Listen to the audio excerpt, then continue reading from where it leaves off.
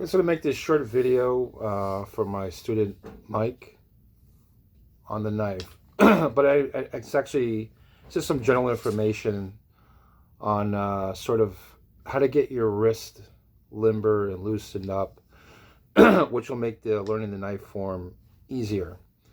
In our knife form, for my school, we actually flip the knives quite a bit. So a lot of times we don't actually apply it. We're not flipping it that much in combat, but we do practice it a lot to get the dexterity and the flexibility and the strength in the wrist. So when we do it, it could be just a simple cut from all the wrist flipping with the knives and stuff. It helps to generate power in the knife. But anyway, these are instead of just practicing the form, which sometimes could be a little difficult. You'll end up dropping the knives and stuff like that.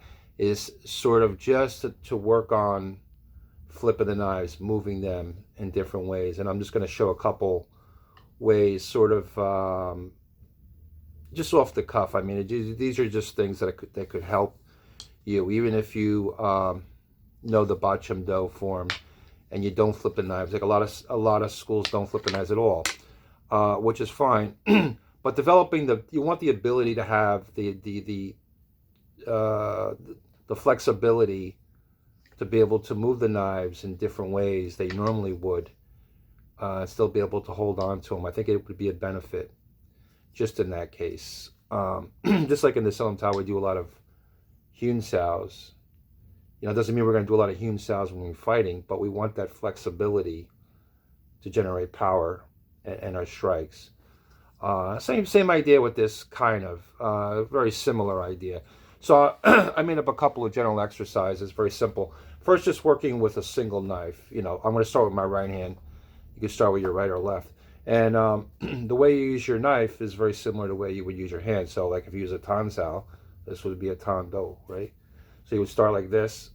Now I generally keep a loose grip, relatively loose, and I keep the thumb sort of, I don't know if you can see it, sort of here, not necessarily like this all the time. When I'm going to flip it, my thumb will come out by this part of the knife, and it helps to move it in different directions. So if I start here with a tan, if I go from tan to bang, see, I do bang here. So if I keep my fingers, notice we're here. This is just loosely grip, and then I flip it back to the original position. Tan, bang, tan.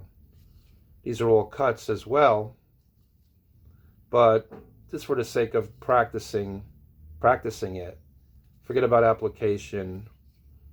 What we're really trying to do is just have the ability to move the knife freely.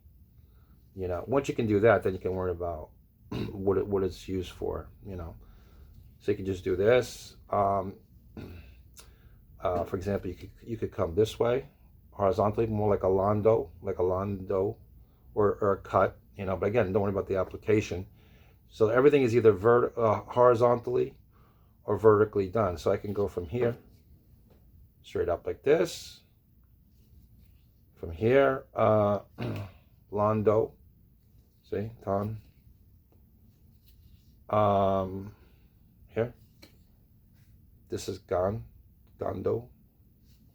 tan, gando, tan, bang. Okay, just practice that. Left and right hand. To be honest with you, I'm not really great at this. I don't really practice as much as I should. But, I just thought I'd make this video, maybe help other people out. Here's like a facto, Lando, facto, or this could be a cut as well. This is one of the cuts. Most of the cuts are either going down or going across, either this way or this way. You can practice ban tan, like say this is tando, bangdo, tando, bangdo, tando, I'm just sitting down, but you can move around, obviously. I just wanted to show you, just to put the emphasis on twisting, turning the knife, see? These are different cuts, yeah? See? These are sort of the gan. See, gan? Or we do it this way too, see? Without flipping, just this way, you know? So that's it. A couple of basic practicing you can work on when you're before you start the knife, or if you don't want to do the form, you don't have time, just work on the exercises.